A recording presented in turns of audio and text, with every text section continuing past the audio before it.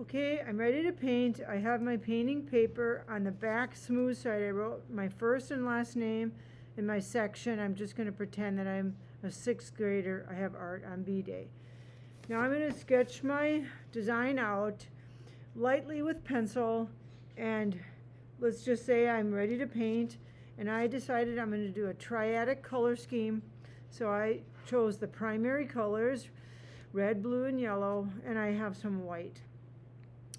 So I'm going to start out by painting just my pure yellow, and yellows are very light, and if I put it on thin, it's pretty transparent. So I am not going to be very careful, because what I want to try to get across is if I tried to paint exactly in the lines with my yellow and then painted next to it with blue, I would be kind of wasting my time. I only have to be careful once. So see how I'm being kind of just a little bit messy. I'm going over my lines because it doesn't really matter, because I'm going to come neatly with my next color. So I did it just quite quickly, okay? But now I want this section to be blue. And let's pretend my paint's dry, which it's not. But if it were dry and I wanted to put blue there, now I only have to be careful once. So now I rest my hand on my table and I take my time to get a really smooth blue. Now because I didn't let the paint dry, it's kind of blending and making a bit of a green.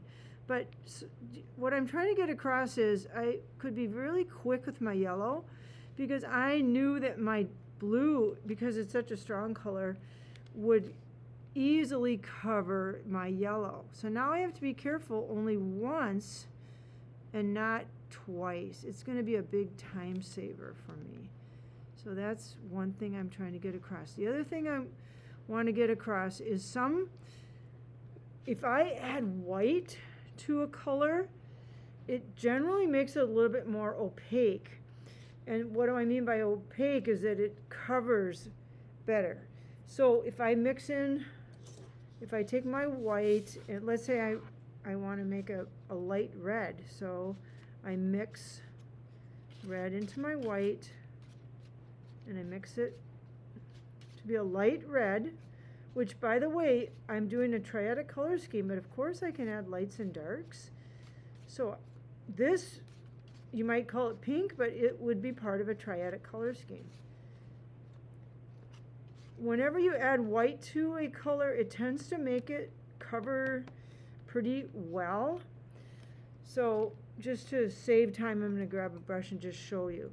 So this is going to cover my pencil marks pretty well. So I just want to show you how the pencil doesn't really show as much, because the white tends to be a little bit more opaque. It tends to. So do you see how that kind of covers my pencil pretty well? Let's see how it covers the yellow. I think it will cover the yellow. So if I wanted to make this area, yeah. And just notice what I'm doing. To be stable, I'm kind of like resting my hand on the table, and I'm even using my other hand to guide my brush a little bit, so I get really smooth, curvy lines. Because you do want to have nice edges on your painting. You don't want to have rough. You want it to, smooth edges are pretty important. So do you see how I get smooth edges? I have plenty of paint on my brush, and I carefully go, and I slowly, and I use my hand as a brace. Okay, then just a quick reminder to clean your brush. Don't forget to wipe off on your newspaper before you wipe off in your bucket. So it should go on the newspaper, not the edge of your bucket. Okay, thank you.